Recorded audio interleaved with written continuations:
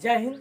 Chandrakanta class में आप सभी का स्वागत है। जैसे आप सभी जानते हैं कि पिछले क्लास में हम ये बताए थे कि जब दो समांतर रेखाओं को एक तीर की रेखा काट रही है, यानी उसमें बना एक ही ओर के अंतः कोणों का योग 180 डिग्री है। तो चलिए इसी चीज को विलोम आज हम सत्यापित करेंगे। तो चलिए इस प्रमेय को सबसे पहले हम बोर्ड पे लिख देते हैं और तब जाके इसे सत्यापित करेंगे।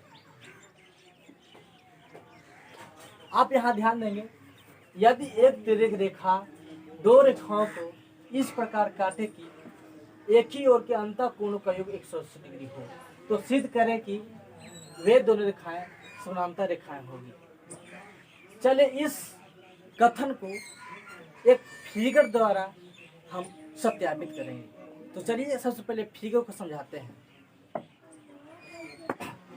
चलिए इस चीज को देखेंगे। कथन कह रहा है कि कोई तिर्यक पी क्यू एल एम को इस स्थिति में काट रही है, एक ही ओर के अंतः कोण 3 और कोण 6 का योग 180 डिग्री हो, अथवा कोण 4 और कोण 5 का योग 180 डिग्री हो, तो इस स्थिति में एल और एम समानांतर रेखाएं हैं। इसी चीज को सत्यापित करते हैं। तो चलिए इसे सत्यापित करने के लिए 4 स्टेप का फॉलो करना पड़ता है। पहला स्टेप है दिया है, दूसरा स्टेप है सिद्ध करना है, और तीसरा स्टेप है बनावट, और चौथा स्टेप है प्रमाण। तो चलिए इसी 4 स्टेप को फॉलो करते हुए इसे प्रमाणित करते हैं कि एल और एम दो रेखाएं समानांतर है या नहीं। तो आप मेरे साथ इस वीडियो में बने रहेंगे, और जिसके लिए मेरे यूट्यूब चैनल चंद्रकांता क्लासेस को सबसे पहले सब्सक्राइब करें, ताकि इस तरह के वीडियो आपको देखने को मिले। तो चलिए शुरू करते हैं। तो चलिए सबसे पहले हम यहाँ लिखते हैं दिया है। क्या दिया है? एल और एम को कोई तिर्यक रेखा पी क्यू बिंदु ओ और बिंदु एन पे काट रही है, और इस स्थिति में तिर्यक रेखा के एक ही ओर के अंतः कोण 3 और कोण 6 180 डिग्री का होता है। ये दिया हुआ है। अगला स्टेप है सिद्ध करना है। क्या सिद्ध करना है? और एम दो रेखाएं समानांतर है या नहीं, हम ये सत्यापित करना है। इसमें किसी प्रकार का कोई बनावट नहीं है, इसलिए डायरेक्ट प्रमाण देने के लिए सबसे पहले यहाँ क्या करेंगे? कोण 4 और कोण 5 का योग 180 डिग्री होता है। समीकरण 1 मान लेंगे। कैसे मान लेंगे? ये से आप कोर्ट कचहरी में कोई वकील कोई तथ्य पेश करता है तो जज कहता है कि आप साबित दिखाएं। तो हमने बोला कोण 4 कोण 5 बराबर 180 डिग्री, यानी कोण 4 कोण 5 का योग 180 डिग्री। तो कैसे? तो ये दिया गया है, तो इसे समीकरण 1 मान लेंगे। चलिए इसी चीज को लिखते हैं। अब यहाँ देखेंगे कोण 1 और कोण 4 बराबर 180 डिग्री। कैसे? यह रैखिक युग्म बना रहा है। कैसे रैखिक युग्म बना रहा है? कि पी क्यू रेखा है और ओ एल एक किरण है ना, इस पे एक खड़ा किरण है, और इस स्थिति में कोण 1 और कोण 4 का योग 180 डिग्री होता है। रैखिक युग्म मतलब रैखिक कोण।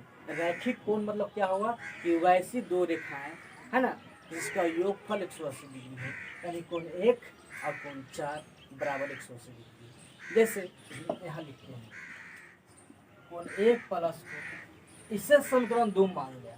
कैसे आया ये? रैखिक कोण से। अब यहाँ देखेंगे समीकरण 1 में आर एच एस की तरफ 180 डिग्री है, और समीकरण 2 में आर एच एस की तरफ 180 डिग्री है।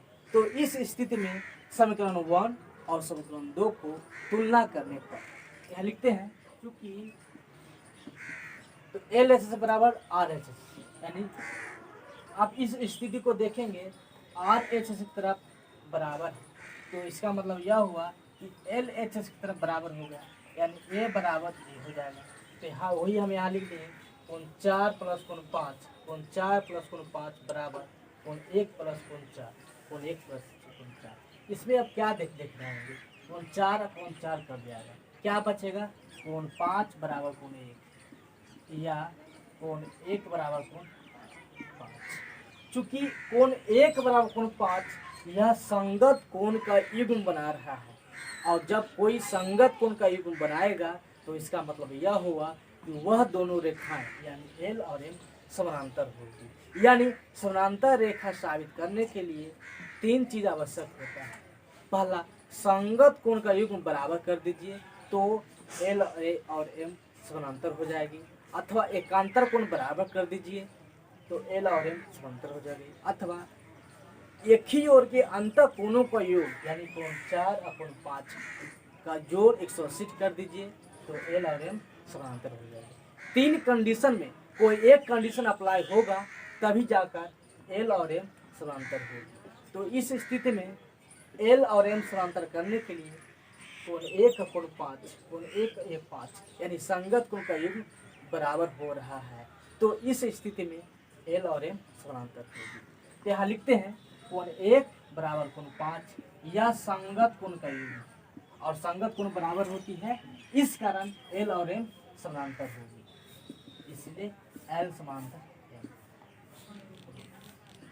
तो चलिए आप इसे उतार लेंगे और अभी तक मेरे YouTube चैनल चंद्रकांता क्लासेस को वो अभी तक सब्सक्राइब नहीं किए तो प्लीज़ सब्सक्राइब कर लें, ताकि इस तरह के ज्यामिति आपको सबसे पहले मेरे यूट्यूब चैनल पर मिले।